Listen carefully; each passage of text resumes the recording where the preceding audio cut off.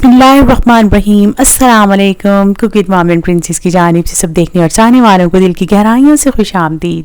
अगर आप मेरे चैनल पर नए हैं तो प्लीज़ मेरे चैनल को सब्सक्राइब ज़रूर करें। अगर वीडियो अच्छी लगे तो इसका दिल खोल कर फ्रेंड और फैमिली के साथ शेयर ज़रूर करें। बना के ज़रूर ट्राई करें, कमेंट्स करके फीडबैक दें और थम्स अप करना नहीं आपने भूलना। और सबसे अहम बात, बेल के बटन को ज़रूर प्रेस करें, उससे नोटिफिकेशन ऑन हो जाएगा और आपको मेरी हर आने वाली वीडियो सबसे पहले मिलेगी। शुक्रिया। अल्लाह सुब्हान व तआला हमारे खानों में बरकत दें, हमारे हाथों में जायका दें। आमीन अल्लाहुम्मा आमीन या रब्बुल आलमीन। आज मैं आपके साथ शेयर करूंगी कि किस तरह से हमने बनानी है बची हुई दाल के साथ बहुत ही मज़ेदार सी लाजवाब सी मिसी रोटियाँ, वो भी बहुत आसानी के साथ घर में। अगर आपके दो तरह से बनाएंगे, ओवन में भी और तवे पे भी। अगर आपके पास तंदूर नहीं है तो आप किस तरह से तवे पे भी बना सकते हैं। ये 2 कप दाल है, बची हुई थी, मूंग और मसूर की दाल है। इसका लिंक जो है वो मैं डिस्क्रिप्शन में ऐड कर दूंगी। साथ ही 1 चाय वाली चम्मच हमने नमक डाला है। नमक आपने अपने जायके के हिसाब से डालना है क्योंकि दाल में भी नमक था। और साथ ही आधी चाय वाली चम्मच डालेंगे इसमें हल्दी का पाउडर, जिससे खूबसूरत सा कलर आएगा रोटियों पे। साथ ही मेरे पास 2 मीडियम साइज़ के प्याज हैं और 4 जो हैं वो सब्ज़ मिर्च हैं। इन्हें आपने अच्छे से क्रश करना है, पेस्ट नहीं बनाना, बहुत ही अच्छे से क्रश करना है। और इसको हम इसके अंदर ऐड करेंगे और भी मज़ेदार सी, क्योंकि मिसी रोटियां बना रहे हैं उसमें प्याज ना डालें कच्चा तो मज़ा ही नहीं आता।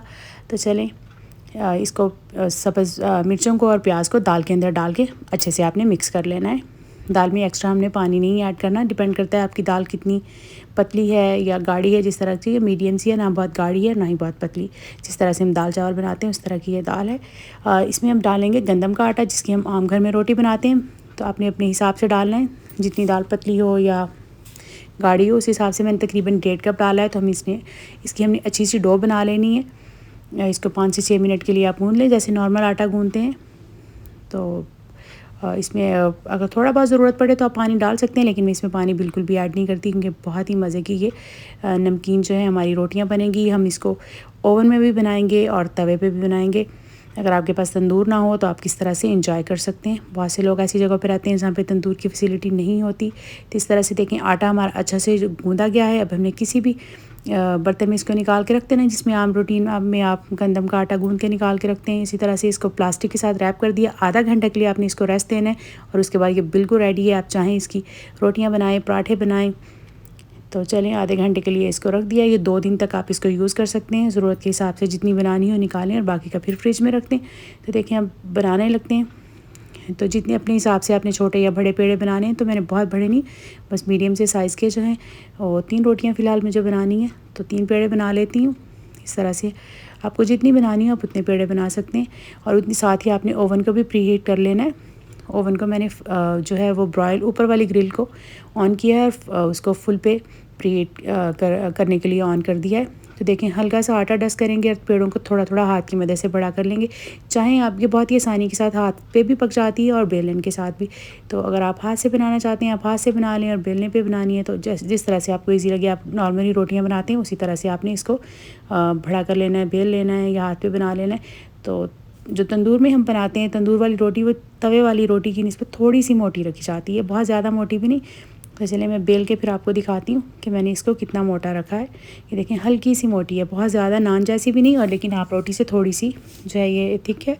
और चलें, अब तवे को भी गर्म करने के लिए चूल्हे पे मैंने रख दिया था, चूल्हा ऑन कर दिया था।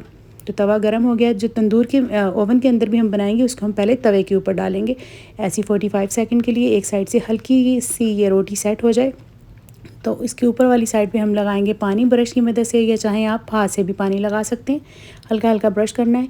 और साथ ही इस पर आपने लगाने हैं तिल, मैं थोड़े से लगा रही हूँ, और साथ ही लगाऊंगी इसमें कलवंजी। अगर आपको जो चीज़ पसंद हो वो लगा लें, जो नहीं पसंद हो वो ना लगाएं, लेकिन बहुत ही मज़े का ये कम्बिनेशन लगता है। देखिए, हल्की सी कुक हो गई है, थोड़ी सेट हो गई है। तो ओवन जबकि हमारा ऑलरेडी प्री हीटेड था, तो इसको ऊपर वाली ग्रिल पे आपने रख दिया है। और जब तक वो अच्छे से कुक हो जाती है उतनी देर में दूसरी बना लेते हैं। दूसरी भी उसी तरह से मैंने बनाई है, ब्रश में से पानी लगाया है, कलवंजी और तिल लगा दिए हैं। तो पहले वाली आलमोस्ट डन है, उसको निकाल लेते हैं और इसको अंदर रख देते हैं। एक वक्त में जितनी आप बना सकते हैं उतनी बना के रखते हैं। तीसरी वाली हम बिल्कुल ही तवे पे बनाएंगे।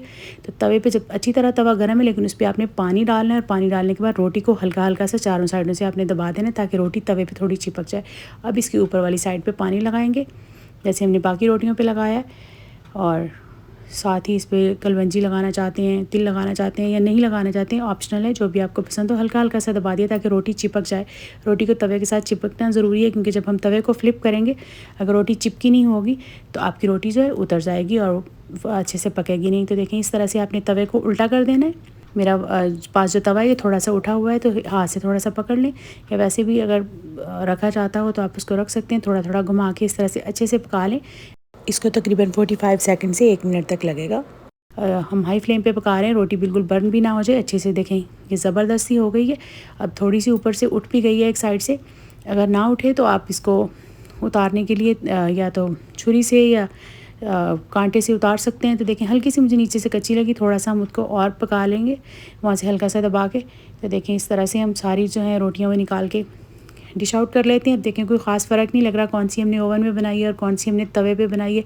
सारी ज़बरदस्ती तंदूर की रोटियां जो हैं हमारी रेडी हो गई हैं। आप चाहें तो इस पर देसी घी लगाएं, यकीन करें ये मक्खन के साथ भी बहुत ही ज़्यादा मज़े की लगती है। यकीनन आप लोगों ने कभी ना कभी तो खाई होगी। गर्मियों में तो ये बहुत ही ज़्यादा लोग अक्सर दोपहर के टाइम पे नमकीन रोटी बना के खाते हैं। और इस तरह से तंदूर की आपने कितनी आसानी के साथ घर में साफ़ सुथरी सी रोटियां बना ली हैं। मैं तोड़ के भी दिखाती हूँ क्योंकि मेरी ये बहुत ही ज़्यादा फेवरेट रोटी है। मक्खन के साथ इस तरह से आप चाहें साथ चाय ले लें, लस्सी ले लें, जो भी आपको पसंद हो। बहुत ही मज़े का जायका है। पहली वाली जो थी वो ओवन की है और ये वाली जो है ये हमने तवे पे बनाई है। तो दोनों ही जायका तो दोनों का ही बहुत मज़े का है। लेकिन देखें, लुक में भी कोई ख़ास फ़र्क नहीं लग रहा। आपने इस रेसिपी को ट्राई ज़रूर करना है और इसको ट्राई करके आपको यकीनन बचपन की याद ताज़ा हो जाएगी कि कभी आपने बचपन में इस तरह की रोटी खाई होगी। मैं उम्मीद करती हूँ आपको मेरी आज की ये सिंपल सी रेसिपी यकीनन बहुत अच्छी लगी होगी। अगर अच्छी लगे तो प्लीज़ इसको दिल खोल कर फ्रेंड और फैमिली के साथ शेयर करना मत भूलिएगा। बना के ज़रूर ट्राई कीजिएगा। कमेंट्स करके फीडबैक दें। अगर कोई क्वेश्चन हो तो कमेंट्स में आप पूछ सकते हैं। चैनल पे नए हैं तो प्लीज़ चैनल को ज़रूर सब्सक्राइब करें और थम्स अप करना नहीं है आपने भूलना। आप सबने मुझे अपनी खुसूसी दुआ में याद रखना है। इंशाल्लाह फिर मिलती हूँ नेक्स्ट वीडियो में। तब तक के लिए रब रखा। अस्सलाम वालेकुम रहमतुल्लाहि व बरकातुहू। बहुत सारी दुआओं और नेक तमन्नाओं के साथ। Always remember guys, homemade and fresh is the best.